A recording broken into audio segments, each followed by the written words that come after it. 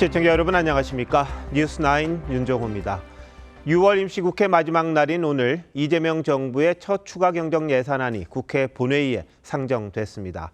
정부가 제출한 예산안보다 1조 3천억 원이 늘면서 모두 31조 8천억 원으로 확정이 됐는데 본회의에 오르는 과정에서 우여곡절이 많았습니다. 당초 여야는 합의 처리를 시도했지만 민주당이 대통령실 특활비 예산을 끼워 넣으면서 야당이 내로남불이라고 반발했고 검찰 특활비를 놓고는 여당 내부에서 막판에 이견이 나왔습니다. 하루 종일 바쁘게 돌아간 국회 상황 알아보도록 하겠습니다. 자, 김상석 기자, 국회 본회의 지금 시작이 됐습니까? 네, 오후 2시로 예정됐던 국회 본회의는 6차례나 연기를 거듭한 끝에 20분 전쯤에야 열렸습니다. 국민의힘이 불참한 가운데 민주당은 31조 8천억 원 규모의 추경 예산안을 곧 처리할 예정인데 우원식 국회의장은 다른 정당들이 들어올 때까지 좀 더 기다려보겠다는 입장입니다. 이처럼 차질이 빚어진 건 민주당 내부에서 막판에 이견이 나왔기 때문입니다. 추경안에는 대통령실과 검찰, 감사원 등의 특별활동비 105억 원을 되살리는 내용이 포함됐는데요. 이 가운데 검찰 특활비를 두고 민주당 내 일부 강경파 의원들이 강하게 반발했습니다. 결국 민주당은 법무부는 검찰의 특활비를 개혁 입법 완료 후 집행한다는 부대의 의견을 다는 것으로 정리하고 추경안을 처리하기로 했습니다. 네, 어제 모처럼 여야가 상법 개정안을 합의 처리했잖아요. 그런데 추경안은 결국 합의 처리하지 못한 거죠. 네, 본회의장에서 기다리던 국민의힘 의원들은 오후 6시쯤 모두 퇴장했습니다. 민주당이 일방적으로 본회의 시간을 늦췄기 때문인데 국회의장까지 패싱하며 마음대로 국회를 운영한다고 비판했습니다. 민주당은 야당 시절이던 지난해 윤석열 정부의 대통령실과 검찰, 경찰, 감사원 등의 특활비 예산을 영원으로 만들었습니다. 법무부, 대통령실 등 권력기관의 특수활동비, 특정 업무 경비, 업무 추진비 등 예산을 전액 삭감하고 그러다가 여당이 된 뒤 대통령실 41억 원을 포함한 특활비를 되살리자 국민의힘은 내로남불이라며 민주당의 사과를 요구했습니다. 너무나도 후한무치하고 내로남불의 이야기입니다. 저희들의 입장이 바뀌게 된 거에 대해서 국민들에게 죄송하게 생각합니다. 결국 진통 끝에 이재명 정부 첫 추경안이 통과는 됐지만 특활비를 둘러싼 여지는 당분간 이어질 것으로 보입니다. 지금까지 국회에서 TV조선 김상섭입니다. 네, 추경안이 아직 통과는 되지 않았습니다만 추경안 내용을 보면 이른바 민생 회복을 위한 13조 원이 넘는 소비 쿠폰 발행이 핵심입니다. 1인당 최대 55만 원까지 받을 수 있는데 어떤 방식으로 언제 얼마나 받을 수 있는지 고승영 기자가 미리 설명합니다. 민생회복 소비 쿠폰은 총 13조 3천억 규모로 이번 추경의 가장 큰 부분을 차지합니다. 비수도권에 3만 원, 농어촌 인구소멸지역 5만 원이 추가되면서 정부안보다 2조 원가량 늘었습니다. 먼저 전 국민에게 최소 15만 원씩 보편적으로 나눠주는 쿠폰은 이번 달 안에 지급될 것으로 보입니다. 이후 2차로 소득 상위 10%를 제외한 국민에 10만 원씩이 추가로 지원될 예정입니다. 휴가철 이전에 지급해야 경기 활성화 효과를 제대로 볼 수 있다는 게 정부 여당의 생각입니다. 비싼 과일, 수입 과일 얘기했는데 이번에 받으면 그거 한번 사 먹어봐야지. 가족들, 우리 자녀들 데리고 한번 고기 한번 실컷 먹어봐야지. 근데 그런 사람 꽤 많다는 거죠. 신용카드나 체크카드 포인트, 지역사랑 상품권 또는 선불카드로 받을 수 있는데 대형마트나 백화점, 온라인 쇼핑몰 등에선 사용할 수 없습니다. TV, 냉장고, 에어컨 등 에너지 효율 1등급 가전을 구입하면 10% 환급을 받을 수 있습니다. 신청 접수와 지급은 다음 달 중에 이뤄질 전망입니다. 2020년 코로나 추경 때 가전 환급엔 220만 명이 넘는 신청이 몰렸습니다. 추경에는 지역사랑 상품권 발행 확대를 위한 예산도 포함돼 할인율이 커질 것으로 보입니다. TV조선 고승현입니다. 장관 후보자들에 대한 검증으로 넘어갑니다. 교수들에게 가장 민감한 게 연구 결과일 겁니다. 얼마나 독창적으로 새로운 내용을 발표하느냐가 고민일 텐데 이진수 교육부 장관 후보자가 교수 시절 제자들의 논문을 표절해 학술지에 실었다는 의혹이 나왔습니다. 논문 중복 게재 의혹도 있는데요. 이 후보자가 총장이었던 충남대에서는 동문들 사이에서 찬반 논란까지 일고 있습니다. 최원영 기자의 보도입니다. 지난 2018년 2월과 3월 한국색채학회와 한국조명전기설비학회 논문지에 실린 이진숙 교육부 장관 후보자의 논문입니다. 제목부터 비슷하고 실험 설계와 참여자 조건, 결론에서도 똑같은 문장이 다수 발견됩니다. 두 논문의 유사도는 35%에 달해 교육부가 연구 부정으로 규정한 부당한 중복게재란 지적이 나옵니다. 이 후보자는 교수 재직 시절 제자들의 논문을 10개 이상 표절했다는 의혹도 받고 있습니다. 지도교수로 있던 대학원생들의 석박사 논문을 요약해 발표하면서 자신을 제1저자로 소개했다는 겁니다. 연구 윤리 등 그 교육 행정과 관련한 총 책임자다 이렇게 본다면 교육부 장관에게 요구되는 연구 윤리는 훨씬 더 엄중한 것이어야 한다. 이 후보자의 모교인 충남대는 어수선한 분위기입니다. 충남대 민주동문회는 총장 재임 시절 불통 논란을 들어 사실상 지명 철회를 요구하고 나섰습니다. 반면 충남대 총동문회는 국가 균형 발전을 이끌 적임자라며 이 후보자 지지를 선언했습니다. 이 후보자 측은 2000년 이전 논문은 총장 임용 과정에서 연구 부정행위 없음으로 공식 확인됐다며 다른 의혹들은 인사청문회 과정에서 충실히 소명하겠다고 밝혔습니다. TV조선 최원영입니다. 정은경 보건복지부 장관 후보자의 배우자는 인천에서 활동하는 의사입니다. 그런데 강원도 평창에 농지가 있습니다. 상식적으로는 직접 농사를 짓지 않았을 걸로 보입니다만 이럴 경우 농지법 위반입니다. 정 후보자는 청문회에서 이야기하겠다는데 박재훈 기자가 평창을 다녀왔습니다. 강원도 평창군의 한 감자밭입니다. 땅 주인은 정은경 복지부 장관 지명자의 배우자인 의사 A씨입니다. 5,400제곱미터가 넘는 이 밭에는 이렇게 감자가 자라고 있거나 나무 등이 심어져 있습니다. A씨는 지난 1998년 7월 이곳에 사는 지인 B씨로부터 5,800여 제곱미터의 농지 등을 샀습니다. B씨 땅의 약 3분의 1 면적입니다. A씨 땅의 현재 공시지가는 매매 당시보다 약 7.5배 올랐습니다. B씨 측은 인천에서 의사로 일하는 A씨가 거의 매주 평창으로 내려와 같이 농사를 짓는다고 했습니다. 같이 하지. 어차피 처음부터 농사꾼은 아니었으니까 슬퍼도. 하지만 마을 이장은 A씨 이름을 들어본 적이 없다며 해당 농지는 동네 주민이 경작 중이고 임대를 준 걸로 안다고 말했습니다. 농지법에 따르면 직접 농사를 짓는 목적으로만 농지를 보유하는 게 원칙입니다. 또 농지를 빌려주려면 한국농어촌공사에 땅을 위탁해야 합니다. 하지만 A씨의 농지는 위탁 사실이 없는 것으로 확인됐습니다. 농어촌공사를 통하지 않고 개인 간 임대 계약을 맺을 경우 농지법 위반 소지가 있습니다. 농지를 취득하고 이 경작 의무가 있었음에도 불구하고 이것이 이제 면제되어 버리는 그런 결과가. 이 같은 의혹에 대해 A씨는 입장이 없다고 했고 정 지명자는 청문회에서 답하겠다고 했습니다. A씨는 정 지명자가 방역당국 수장이던 시절 손소독제나 마스크 등 코로나 관련 회사 주식을 거래해 이해 충돌 논란도 일고 있습니다. TV조선 박재훈입니다. 이 대통령이 호남에 이어 충청을 찾아 소상공인, 자영업자들과 현장 토론을 했습니다. 빚 탕감 정책 등을 논의해보자고 했는데 현장에선 이와 무관한 민원성 질문들이 쏟아지면서 이 대통령이 직접 제지하는 일까지 있었습니다. 현장이 어땠는지 최지연 기자가 보도합니다. 두 번째 현장 방문으로 대전을 찾은 이재명 대통령은 연체자 빚 탕감이 도덕적 해이를 낳는다는 지적에 못 갚는 것이 확실한 경우엔 탕감해주고 정리하는 게 모두에게 좋다고 말했습니다. 사회적으로 보면 정상적인 경제활동을 못하는 상황이 발생합니다. 그러면 손실이죠. 탕감해 줄지 모르니까 신용불량으로 7년 살아보시겠습니까? 성실 상환자에겐 금리 인하 등 인센티브를 줘야 한다는 질문에 금융위원회 공무원이 답변자로 나섰는데 이 대통령은 이번 대출 규제 조치를 만든 공무원이라며 추켜 세우기도 했습니다. 이번에 저희가 추경에 반영한 제가 소개 한번 드리면 이분이 그분이었군요. 이번에 부동산 대출 제한 조치를 만들어낸. 네. 잘하셨습니다. 네. 그러나 건설적인 토론 분위기는 여기까지였습니다.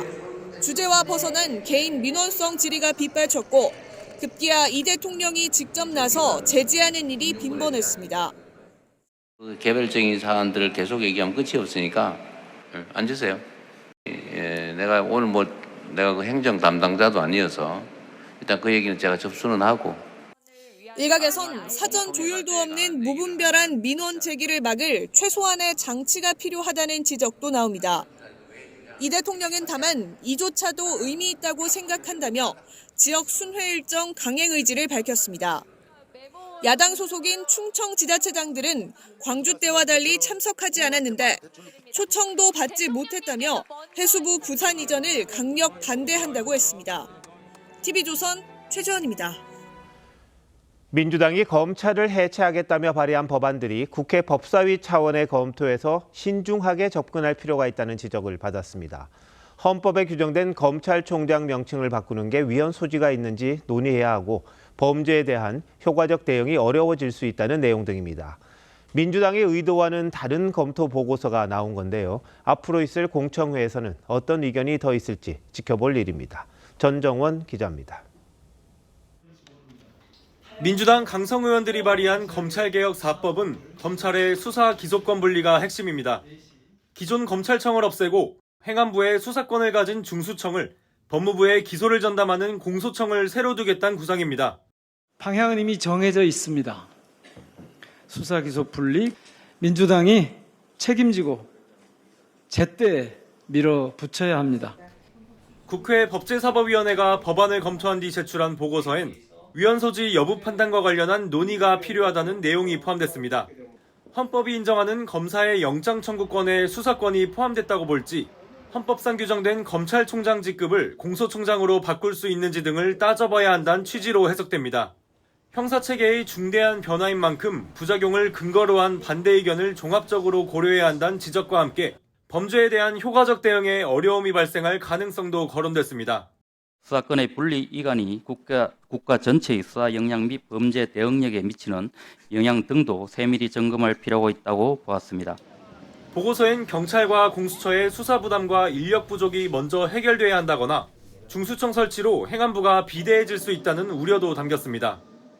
추석 전까지 검찰 해체를 완수하겠다고 예고한 민주당은 다음 주 공청회를 열어 전문가 의견을 수렴할 계획인데 위헌성과 수사 역량 문제 등을 두고 논란이 계속될 거란 전망이 나옵니다. TV조선 전정원입니다. 대표적인 친여 검사로 꼽히는 임은정 서울 동부지검장이 취임식에서 해체 수준의 검찰개혁이 필요하다고 주장했습니다. 그러자 검찰 내부에선 그 자리까지 어떻게 올라간 건지 잘 생각해보라는 취지의 비판의 목소리가 나왔다는데 조유준 기자가 알아봤습니다. 임은정 서울 동부지검장이 첫 출근길 취재진 앞에서 해체 수준의 검찰개혁 필요성을 주장합니다. 이제 바뀐 모습을 보여주지 않으면 검찰은 정말 해체에 가까운 개혁을 당하지 않을까 생각하고 있습니다. 취임사에선 그동안 검찰이 표적 수사, 봐주기 수사를 노골적으로 자행한 게 사실이라고 했습니다. 정진우 중앙지검장과 김태훈 남부지검장의 취임 일성도 엇비슷했습니다. 국민들의 시각에서 우리 검찰이 변해야 할 것은 변하고 고칠 것은 고쳐야 할 것입니다. 무엇보다 가장 아픈 부분은 국민들로부터 중립과 공정한 기관이라는 신뢰를 잃었다는 지적입니다. 검찰 내부에선 특히 임지검장에 대한 비판이 나왔습니다. 장진영 수원지검 부장검사는 검찰 내부망에 수사와 기소의 분리 법안에 대해 국민을 위하는 법안이라며 국민을 속이는 모습에 참담한 후배가 한두 명이 아닐 것이라고 했습니다. 한 부장검사는 실력보다는 정치적 소음으로 얻은 자리라는 비판이 나온다고 했고, 또 다른 검사는 더 중요한 자리에 가지 않아 그나마 다행이란 반응도 많다고 했습니다. TV조선 조유진입니다. 어젯밤 북한 주민 한 명이 군사 분계선을 넘어 귀순했습니다. 새 정부 들어서는 처음이죠. 낮에는 숲풀 사이에 꼼짝 않고 엎드려 몸을 숨겼다가 해가 지면 남쪽으로 기어서 이동했다고 합니다. 군사 분계선에 지뢰를 깔고 방벽까지 쌓고 있던 북한이 이번 귀순에 어떤 반응을 보일까요? 최홍국 기자가 보도합니다. 중서부 전선의 군사 분계선 인근에서 남쪽으로 이동하는 남성의 영상이 처음 포착된 것은 어제 새벽 3시쯤입니다. 남성은 천천히 이동하다 해가 뜨자 수심이 얕은 하천 수풀에 몸을 숨기고 움직이지 않았습니다. 다시 해가 지자 이동을 시작해 군사분계선을 넘었고 우리 군 작전팀이 안전지대로 유도해 신병을 확보한 것으로 알려졌습니다. 첫 식별부터 무사히 DMZ를 빠져나올 때까지 20시간에 걸쳐 포복 귀순을 한 겁니다. MDL 일대에서 해당 인원을 식별하여 추적 감시하였고 정상적인 유도 작전을 실시하여 신병을 확보하였습니다. 비무장 상태였던 이 남성은 합동조사에서 자신을 민간인이라고 밝혔습니다. 군사분계선을 넘은 탈북은 북한군 하사 1명이 강원 고성 지역으로 넘어온 지난해 8월 이후 약 1년 만입니다. 북한은 지난해부터 군사분계선 일대에 지뢰를 매설하는 등 국경선화 작업을 벼렀고 지난 겨울 멈췄던 작업을 최근 재개했습니다. 군 당국은 귀순 사실을 유엔사에 통보했는데 북한 측은 아직 별다른 반응을 보이지 않고 있습니다. 남북을 철저히 끊어버리라고 김정은이 지시했는데 바로 국경에 뚫렸다고 그러면 여러모로 인정 안 하는 전략적 모호성을. 올해 들어 남쪽으로 표류한 북한 어민 6명의 송환을 위해 우리 정부는 북한에 계속 연락을 취하고 있지만 북한은 무응답으로 일관하고 있습니다. TV조선 최원국입니다. 통일부 명칭을 변경하는 문제로 논란이 수그러들지 않는 가운데 국정기획위원회가 지난 정부 때 대폭 줄어든 남북교류협력 기능과 조직을 원상 복구하는 방안을 검토 중인 걸로 취재됐습니다. 통일은 빼겠다면서 부처 규모는 키우겠다는 뜻이 뭔지 황정민 기자가 단독 보도합니다. 통일부는 남북관계 상황과 정권에 따라 위상의 변화를 겪어왔습니다. 통일장관은 한때 부총리나 NSC 상임위원장 직함을 갖기도 했지만 윤석열 정부 시절 대북 지원부 같다는 질타 속에 남북 교류를 담당하던 4개 실국이 통폐합되고 부처 정원의 15%인 80여 명이 감축됐습니다. 대신 북한 인권과 정보 분석 기능은 강화됐습니다. 하지만 이재명 정부에선 남북 교류 기능을 다시 확대하는 방안을 검토 중입니다. 국정기획위원회 관계자는 통일부가 업무 보고에서 제안한 사안이라며 국정기획위도 과도하게 축소된 남북 교류 기능을 되살릴 필요성이 있다는 데 공감하고 있다고 전했습니다. 남북연락사무소 등을 모두 통폐합해서 남북관계관리단으로 뭉뚱그려서 여기 놓은 것 같은데요. 이거 역시 비정상이라고 생각합니다. 구체적으로는 1단계로 통일부 조직과 인원을 복구해 남북 교류 기능을 먼저 되살리고 이후 통일부 명칭 변경과 함께 부처를 확장하는 2단계 조직 개편안도 여권 내부에서 거론되고 있습니다. 이 과정에서 북한과의 대화가 재개될 경우 통일부가 주도적인 역할을 할 수 있는 수준으로 위상 강화를 시도할 거란 전망도 나옵니다.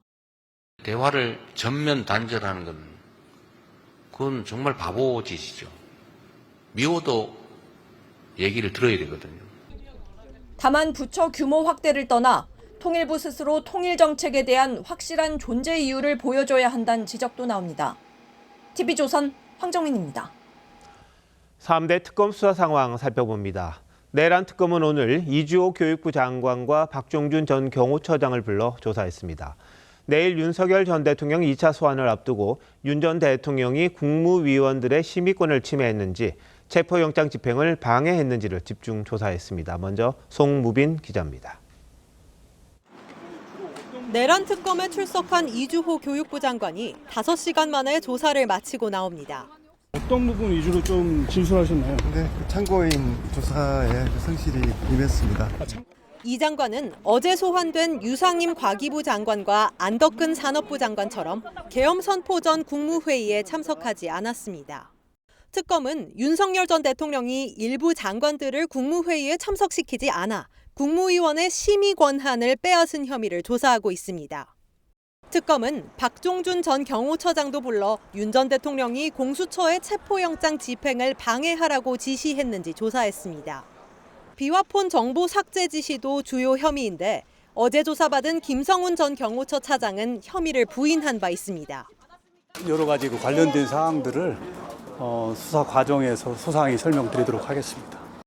내일 오전 9시 특검에 2차 출석하는 윤 전 대통령의 소환 통지에는 외환 혐의도 새로 적시됐습니다. 계엄의 명분을 얻기 위해 평양에 무인기를 보내 북한과 갈등을 조장하려 했다는 의혹입니다. 특검은 이미 군 관계자 상당수에 대한 조사를 진행했다고 밝혔습니다. 특검이 추가 기소한 노상원 전 사령관은 구속 만료를 이틀 앞둔 오는 7일 영장 심사를 받습니다. TV조선 송무빈입니다. 해병대원 특검은 다음 주 VIP 경로소를 본격 수사하겠다고 밝혔습니다. 수사 외압 의혹의 핵심 인물이죠. 김계환 전 사령관을 불러 조사하고 나서 윤 전 대통령 경로설의 근원지인 국가안보실 회의 참석자들을 조사할 방침입니다. 류태영 기자의 보도입니다. 이명현 특별검사는 수사 외압 의혹 발언지로 VIP 경로설을 지목했습니다. 사건 자체가 경로설에 의해서 억울하게 실체가 진실이 바뀌어서 억울하게 기소가 된 사건이기 때문에 윤 전 대통령이 크게 화를 낸 뒤 해병대원 순직 사건 경찰 이첩 보류 지시가 내려왔고 임성근 전 사단장이 피의자에서 제외됐다는 의혹입니다. VIP 주관으로 회의를 하는데 군 관련해서 화를 이것보다 더 낸 적이 없다. 가장 경로했다면서 바로 국방부 장관 연락해야 되는 막 꽝꽝꽝꽝 했다고 하길래.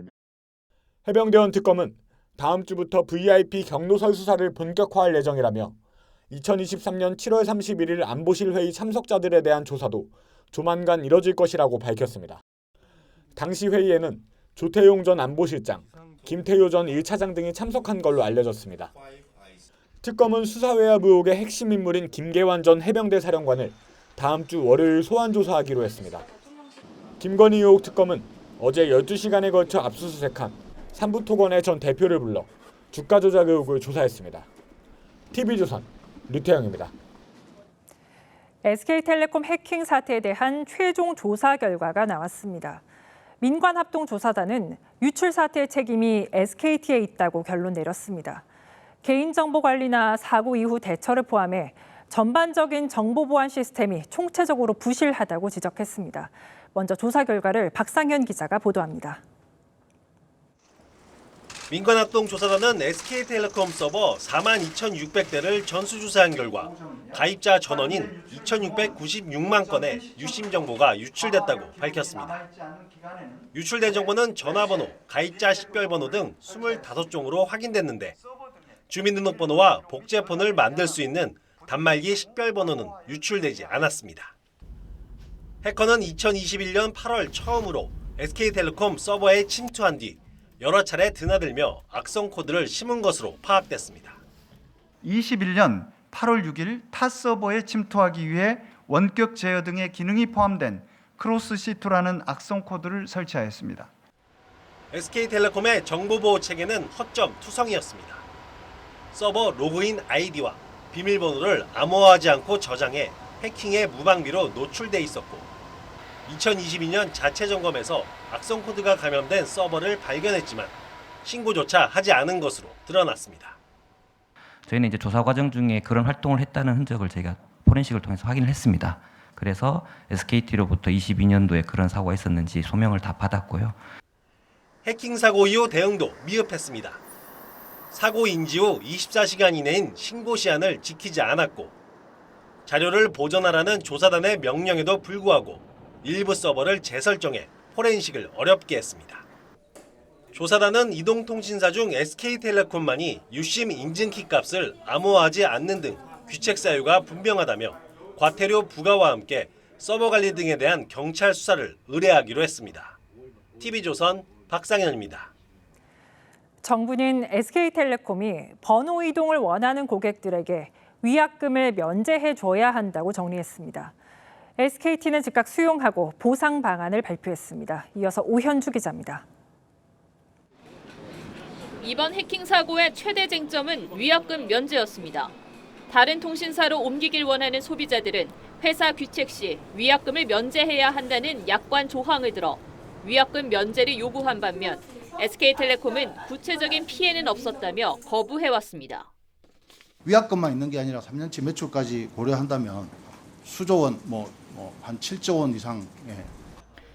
정부는 두 차례에 걸친 법률 자문 결과 이번 해킹 사고는 귀책 사유에 해당한다며 위약금을 면제해야 한다고 결론 내렸습니다. 정보통신망법을 위반한 과실이 있고 안전한 통신 서비스를 제공할 의무를 지키지 못했다는 겁니다. 시정명령 등과 관련된 조항, 그리고 또 전기통신사업법 20조 등록 취소 등과 관련된 그런 조치들이 법적으로 SK텔레콤은 곧바로 수용 입장을 밝히고 사고 이후부터 오는 14일까지 해지한 고객에게 위약금을 환불해 주기로 했습니다. 위약금 면제해준다는 내용이 없었을 때는 그냥 쓰던 거 쓰는 게 편하기도 하고 그랬는데 위약금 면제해준다면 충분히 다른 통신사로 가는 거에 대해서 고민을. 남아있는 가입자에 대한 보상안도 내놨습니다. 8월 통신요금을 절반 깎아주고 연말까지 매달 데이터 50기가를 제공하는 등 5천억 원 규모입니다. 개인정보보호법 위반으로 최대 5,300억 원 규모의 과징금도 예상됩니다. 고객의 신뢰를 회복할 수 있는 회사가 되느냐 안 되느냐가 훨씬 더 중요하다고 생각하기 때문에 단기 실적에 대해서 저하되는 부분을 감내할 생각입니다. 상사 이래 최대 위기를 맞은 SK텔레콤 주가는 5% 넘게 폭락했습니다. TV조선 오현주입니다. 러브버그가 떼지어 나타난 인천 계양산에 정부와 지자체가 출동해 방제 작업을 벌였습니다. 러브버그가 환경에 이로운 익충이라서 살충제 대신 끈끈이 같은 친환경 장비가 동원됐습니다. 진땀 흘린 현장에 이상배 기자가 다녀왔습니다. 인천 계양산 등산로입니다. 죽은 러브버그가 흙이나 나뭇가지와 엉킨 흔적들이 바닥 곳곳에 보입니다. 약 400m 높이의 산 정상에 오르자 상황은 더 심각합니다. 흐린 날씨에도 계양산 정상은 살아있는 러브버그 떼와 사체들로 걸어다니기 힘들 정도입니다. 사체들이 썩으면서 내뿜는 악취도 진동합니다. 정상을 안 찍고 그냥 내려갈까도 생각했거든요. 냄새가 너무 많이 나가지고 많은 분들이 불편하게 생각할 것 같아요. 환경부와 계양구청 공무원들이 합동으로 러브버그 퇴치에 나섰습니다. 끈끈이 수십 미터를 빨랫줄처럼 설치해 러브버그를 달라붙게 합니다. 잠자리채 모양의 포충망을 휘저으며 날아다니는 러브버그 떼를 산채로 잡기도 합니다. 러브버그가 사람에게 해를 끼치지 않는 익충으로 불리면서 살충제를 못 쓰기 때문입니다. 이른바 친환경 장비들을 동원하면서 작업 속도도 떨어졌다는 하소연이 나옵니다. 여기서 할 수 있는 거라고는 공중에 날아다니는 이제 러브버그들을 이렇게 포집을 하는. 기후변화로 러브버그 떼 출몰 같은 이상현상이 잇따를 거란 우려가 큽니다. 여기에 친환경 방제라는 새로운 숙제까지 떠오르고 있습니다. TV조선 이상배입니다. 계속되는 폭염이 힘든 건 가축도 마찬가지입니다. 최근 일주일 새 전국에서 10만 마리가 넘는 가축이 폐사했습니다. 여름은 이제 시작이라 농가들의 시름은 깊어지고 있습니다. 김승돈 기자가 취재했습니다. 대형 선풍기가 쉴 새 없이 돌아가고 스프링쿨러에서는 시원한 물줄기를 뿜어냅니다. 하지만 양계장 내부 온도는 34도에 달합니다. 가금류들은 더위와 사투를 벌입니다. 올해 같은 경우에 아직 어린데도 지금 날씨가 더워서 오리들이 입을 이렇게 벌리고 더위를 이겨내지 못하고 있어요. 젖소 농장도 비상입니다. 마치 방금 전에 100m 달리기를 한 것처럼 숨을 헐떡입니다. 먹는 사료량도 줄면서 우유 생산량이 크게 줄었습니다. 일 납유량이 3톤 정도 되고 있는데 지금 섭취량이 많이 떨어지다 보니까 더위 때문에 10에서 15% 정도 산유량이 줄고 있습니다. 계속된 폭염에 버티지 못하고 결국 폐사하는 가축 수도 늘고 있습니다. 전남 지역에서만 최근 일주일 동안 축산 농가 24곳에서 닭과 오리 3만 6천여 마리가 폐사했고 돼지도 1,000마리 넘게 죽었습니다. 전국적으로 10만 마리가 넘습니다. 농민들은 앞으로가 더 걱정입니다. 계속 더워지면은 너무 걱정이 되고 참 사람이 막을 수 없는 그런 한계까지 가면은 농가들은 참 너무. 가축 폐사를 막기 위해 대형 선풍기 등 장비 여러 대를 24시간 가동하면서 크게 늘어난 전기세도 농가에겐 큰 부담이 되고 있습니다. TV조선 김승돈입니다.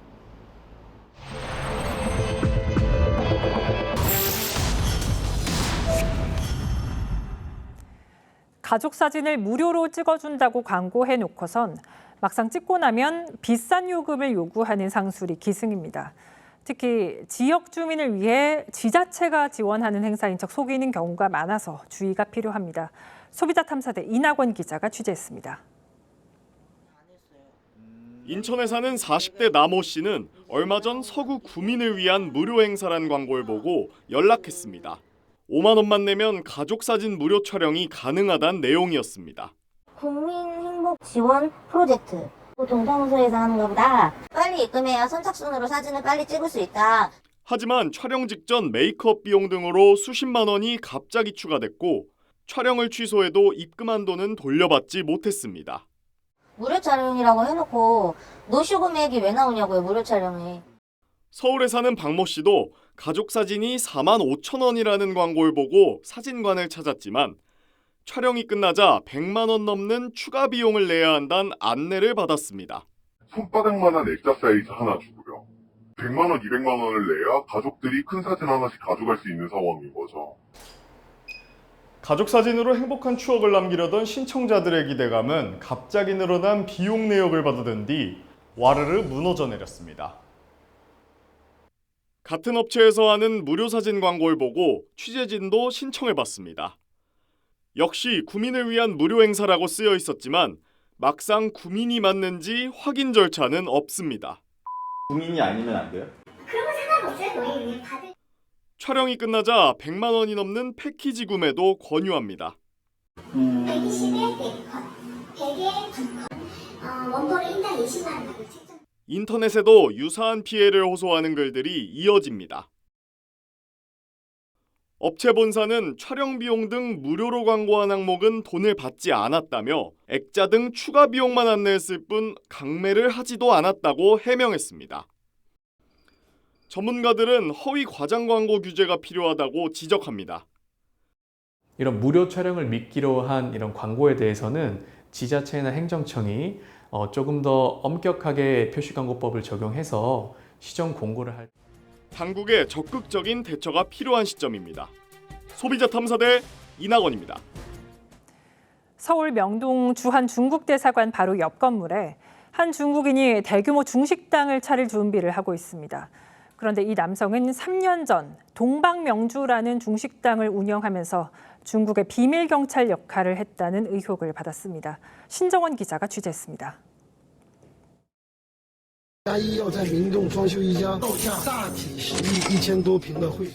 한 중국인이 텅 빈 건물 내부를 돌아다니며 다른 사람들에게 중국 음식점, 노래방, 클럽에 정자까지 만들겠다고 설명합니다. 영상이 찍힌 곳은 서울 명동의 대형 쇼핑몰. 공사 계획을 설명하는 사람은 중국 제한교민협회 총회장 왕하이쥔입니다. 왕 씨가 새로 식당을 차릴 것으로 알려진 건물은 이렇게 주한 중국 대사관 바로 옆에 위치해 있습니다. 8층짜리 건물의 7층을 통째로 빌려 공사를 진행하는 것으로 알려졌습니다.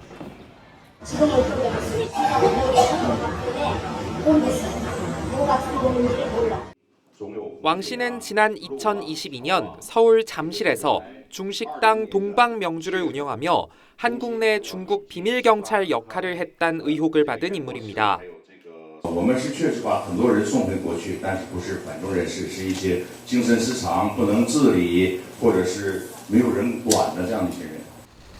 하지만 당시 왕 씨는 식품위생법 위반과 근로기준법 위반 등 혐의로만 기소됐습니다.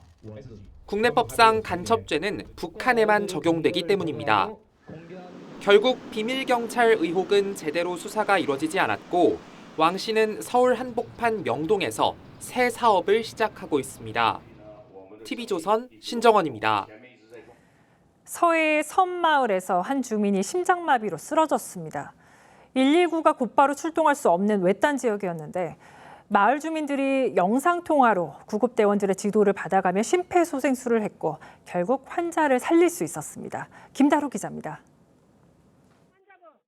마을 주민이 쓰러져 있는 남성의 가슴을 두 손으로 쉬지 않고 다급하게 압박합니다. 구급대원이 화상으로 연결된 환자를 보고 정확한 압박 위치를 다시 알려줍니다.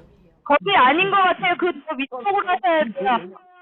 70대 남성이 마을 회관에서 갑자기 심장마비 증세를 보이자 함께 있던 주민들이 119 구급대와 영상통화를 하면서 심폐소생술을 하는 모습입니다. 5, 6, 7, 8, 9. 잘하고 있어요. 지금처럼 해주세요. 하나. 다행히 남성은 15분 만에 의식을 되찾았습니다. 눈 떴어요. 됐어요? 의식 돌아오셨네. 응급처치 후 남성은 헬기로 종합병원으로 이송됐습니다. 심정지 환자가 발생한 곳은 육지에서 100km로 1시간쯤 걸리는 충남 보령시 녹도입니다. 주민 180여 명이 살고 있지만 병원도 구급차도 없는 의료 사각지대입니다. 주민분들이 협조를 잘 해줘서 자발 순환 회복을 할 수 있었던 것 같습니다. 심정지 환자의 골든타임은 4분입니다. 심폐소생술은 성인 기준 분당 100에서 120회, 양 젖꼭지 사이를 5cm 깊이로 눌러줘야 합니다. 골든타임 안에 심폐소생술을 하면 환자의 생존율은 3배 이상 높아집니다. TV조선 김다로입니다. 최근 아파트 화재로 어린 자매가 숨지는 안타까운 사고가 2번이나 있었습니다. 오래된 아파트라 스프링클러가 설치돼 있지 않았는데 노후주택 화재 방지 대책은 어떻게 마련하면 좋을지 신유만 기자와 따져보겠습니다. 신 기자, 스프링클러가 있으면 화재 피해를 줄이는데 얼마나 도움이 됩니까? 네, 미국 화재예방협회 논문에 따르면요. 스프링클러가 작동한 경우 사망률과 부상률이 각각 90%, 32% 감소하는 것으로 나타났습니다. 스프링클러가 설치된 건물에서 난 화재의 94%는 불이 최초 발생한 물체나 방에 그쳤다는 통계도 있습니다. 당장 지난달 25일 경기 하남 아파트 지하주차장 전기차 화재 때도 스프링클러가 즉시 작동해 피해를 최소화했습니다. 이번에 불이 난 아파트 2곳 모두 스프링클러가 없었는데 이유가 뭡니까? 스프링클러 설치 의무화 이전에 지어진 아파트였기 때문입니다. 16층 이상 공동주택의 16층 이상층에 대해 의무 설치 규정이 생긴 건 35년 전인 1990년이었습니다. 2004년에는 11층 이상 모든 건축물의 모든 층, 2018년에는 6층 이상 건물로 확대됐습니다. 문제는 이 규정이 소급 적용되지 않는다는 겁니다. 자매가 사망한 아파트는 2003년 사용 승인을 받았는데 총 13층이라 당시 기준으로 스프링클러 설치 의무가 없었습니다. 2004년 이전 지어진 노후 공동주택 단지 44,208곳 중 스프링클러 설치 단지는 전체의 35%에 불과합니다. 네, 소급 적용이 어렵다고 마냥 손을 놓을 수만은 없는데 다른 보완 수단 없습니까? 간이 스프링클러라도 설치하자는 의견이 나옵니다. 정부가 오늘 사후 설치가 가능한지 검토하겠다고 했고 한국토지주택공사 LH도 최근 노후 임대 아파트에 설치를 추진하겠다고 밝혔습니다. 간이 시설이라고는 하지만 추가 시공을 하는 게 보통 일이 아닐 것 같은데 실효성이 있는 얘기입니까? 네, 간이 스프링클러는 상대적으로 물탱크가 작고 수압이 약해 음식점이나 단독주택처럼 작은 공간에 설치하기 좋은 형태입니다. 그런데 아파트라면 얘기가 달라집니다.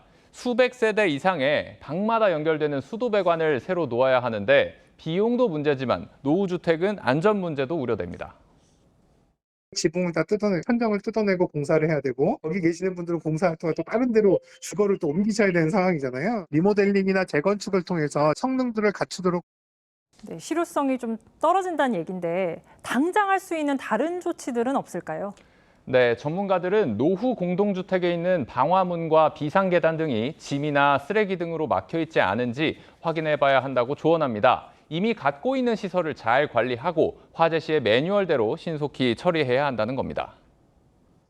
옥내 소화전이라든지 자동화재 탐지 설비라든지 기존에 있는 소방시설 최대한 활용할 수 있는 방법 강구를 또 해야 되고. 때이른 폭염으로 전력 사용량이 급증하는 요즘 낡은 멀티탭이나 전선을 교체하는 것만으로도 화재를 막을 수 있고요. 불을 감지해 현관문을 열어주는 신형 도어락도 쉽게 설치할 수 있는 대안으로 꼽힙니다. 네, 각자 살고 계신 집에 화재 대비가 잘 돼 있는지 한번 살펴보시면 좋을 것 같습니다. 신 기자 잘 들었습니다.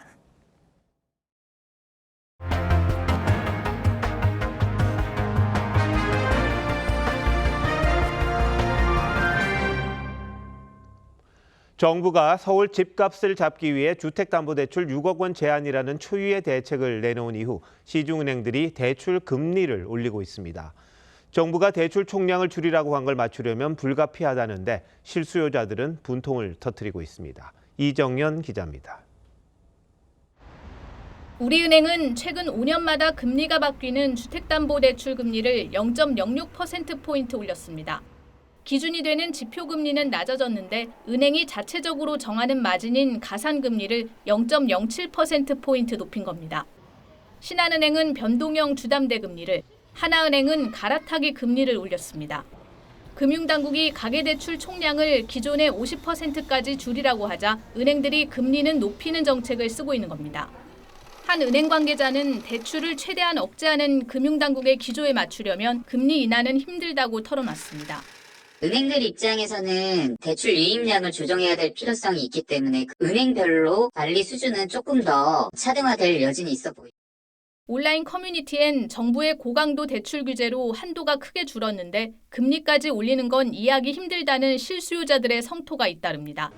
금리 떨어질 줄 알고 기다렸거든요. 근데 올라가는 분위기라 당황스러워요. 조금이라도 아껴야 되는데 이자 더 내게 생겨가지고 걱정이죠. 실수요자들은 높아진 대출 문턱을 넘어야 하는 동시에 대출 이후에도 커진 이자 부담을 떠안아야 하는 이중고에 직면하고 있습니다. TV조선 이정현입니다. 가상자산과 해외 증시로 빠져나갔던 자금이 이른바 국장으로 돌아오고 있습니다. 이 대통령이 부동산이 아닌 주식에 투자하라며 연일 증시 부양 의지를 밝히고 있는 것도 영향을 미쳤다. 이런 평가가 나오는데요. 덩달아 빚을 내서 투자하는 빚투도 급증해 시한폭탄이 될 수 있다는 우려도 있습니다. 투자는 투기가 아니란 점 명심해야겠습니다. 노도일 기자가 보도합니다.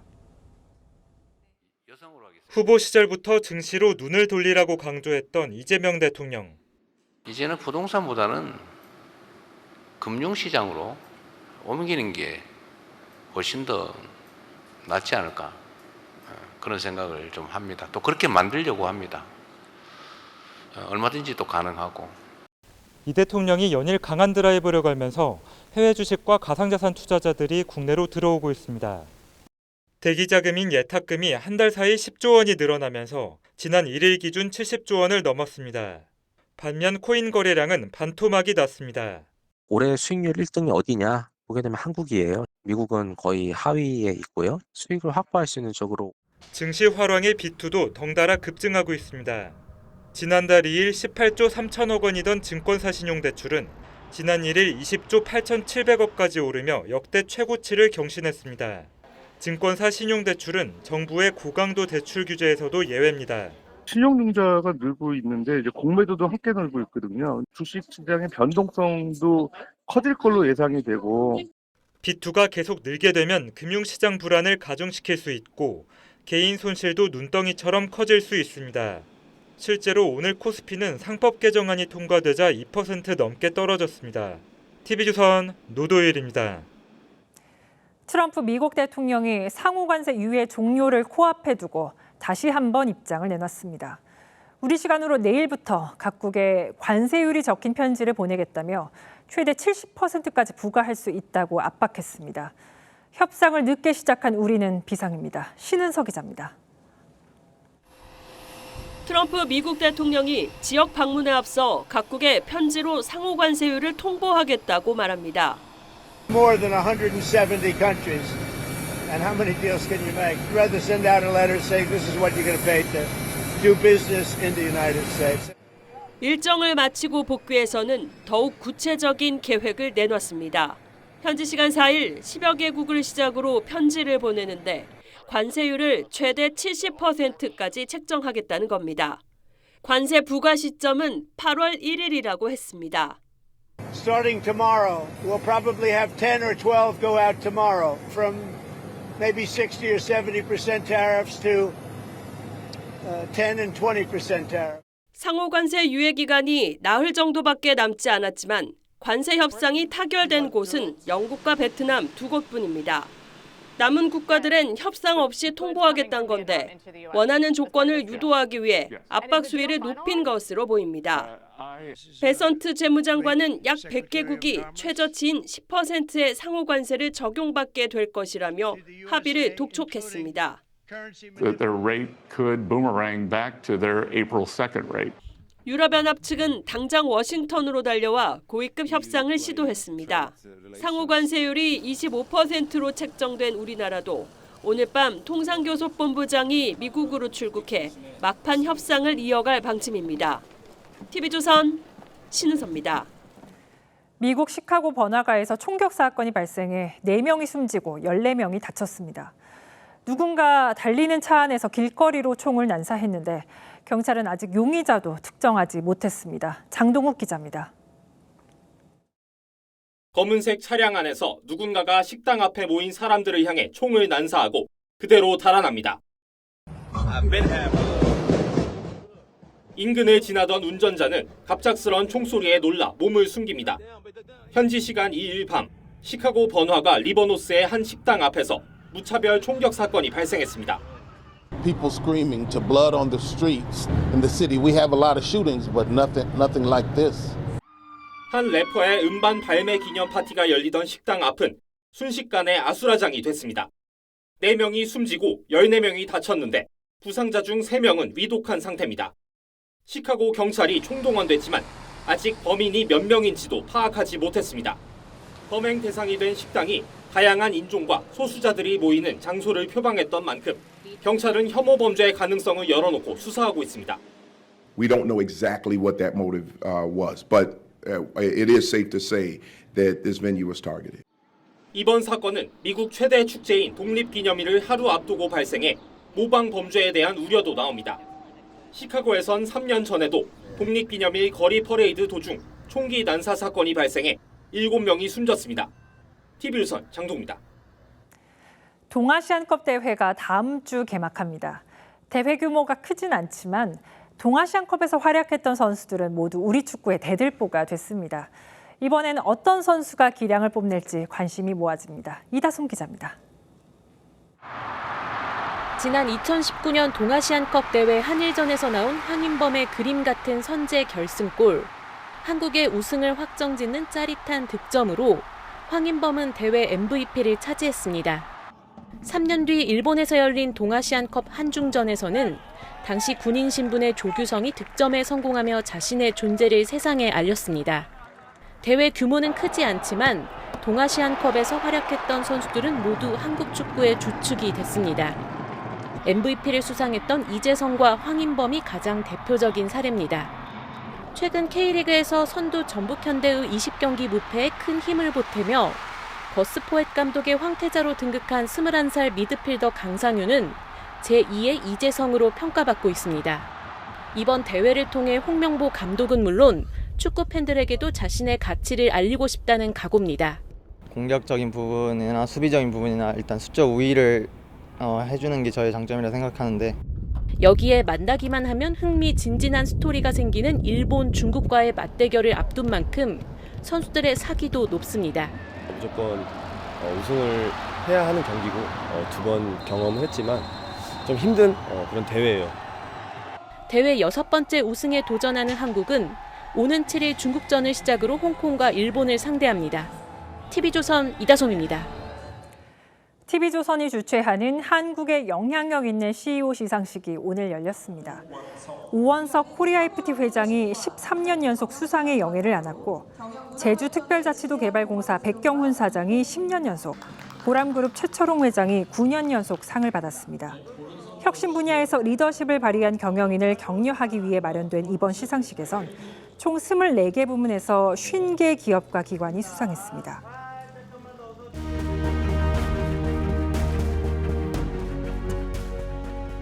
가장 위대한 사회학자 중 한 명인 막스 베버는 권력을 이렇게 정의합니다. 누군가 저항해도 자기 의지를 관철시킬 수 있는 힘이라고. 다른 사람이 싫어해도 자기 뜻대로 한다는 거죠. 내 누군 줄 알아? 내가 임마! 너희 서장이랑 임마! 같이 밥 먹고, 사우나도 같이 가고, 임마 다 했어! 범죄자라도 권력을 과시하면 공권력조차 고개를 숙입니다. 권력자가 겉멋에 타락하는 건 시간 문제입니다. 이재명 대통령이 첫 기자회견에서 특별감찰관을 임명하겠다고 말했습니다. 권력을 가진 본인의 안위를 위해서라도 견제를 받는 게 좋습니다. 특별감찰관 임명도 지금 국회에다 요청하라고 해놨습니다. 현대 한국 정치사가 비극의 연속인 건 권력에 기생하는 군상들 때문입니다. 대통령의 가족이나 친척, 측근들이 가장 문제입니다. 민주화 운동에 헌신한 대통령이라고 예외가 아니었습니다. 김영삼 전 대통령 아들도 문제였고 김대중 전 대통령도 임기 말 아들 삼형제 모두가 비리에 연루됐습니다. 특별감찰관제가 도입된 것도 그 때문입니다. 진정한 개혁은 나로부터 가까운 데서부터 시작해야 합니다. 감찰관제를 도입해서 사전에 강력하게 예방하겠습니다. 2015년 처음 임명된 특별감찰관은 대통령 배우자, 사촌인의 친족, 대통령실 수석비서관 이상을 감시합니다. 하지만 박 전 대통령도 권력의 함정에서 벗어나지 못했습니다. 국민 여러분께 송구스럽게 생각합니다. 너무 억울해요. 대통령 박근혜를 파면한다. 문재인 전 대통령은 특별감찰관을 약속했지만 재임하는 동안 끝내 임명하지 않았습니다. 윤석열 전 대통령 마찬가지입니다. 지난 8년간 특별감찰관은 공석이었고 결국 비극이 반복됐습니다.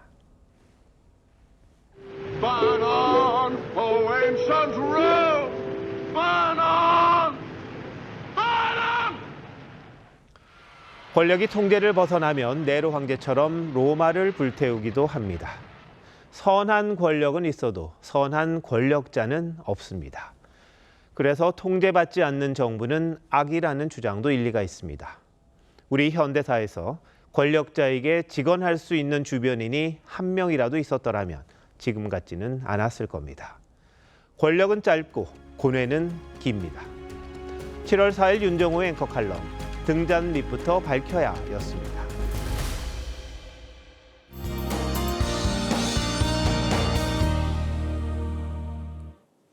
남부와 제주의 장마가 이례적으로 일찍 끝나고 폭염과 열대야가 비상입니다. 일부 중부지방으로는 내일 아침까지 장맛비가 내릴 텐데요. 경기 북동부에 5에서 10mm, 강원 내륙과 산지에 5에서 20mm의 비가 내리겠습니다. 전국에 폭염특보가 내려진 가운데 폭염경보가 발효된 지역은 체감온도가 35도 안팎까지 오르겠습니다. 낮 시간대 야외 활동은 최대한 자제하시고 수분을 충분히 섭취하셔야겠습니다. 내일 중부지방은 대체로 흐리겠고 남부지방과 제주도는 가끔 구름 많겠습니다. 내일 아침 기온 서울과 부산이 25도로 출발하고요. 내일 한낮 기온 서울 31도, 강릉과 대구는 36도, 광주가 33도까지 오르겠습니다. 주말인 내일도 푹푹 찌는 폭염과 잠 못 이루는 열대야는 이어지겠습니다. 경기 북부와 강원 북부는 월요일 오전까지 비가 더 내리겠습니다. 날씨였습니다. 7월 4일 금요일 뉴스9 마칩니다. 시청해주신 여러분 고맙습니다.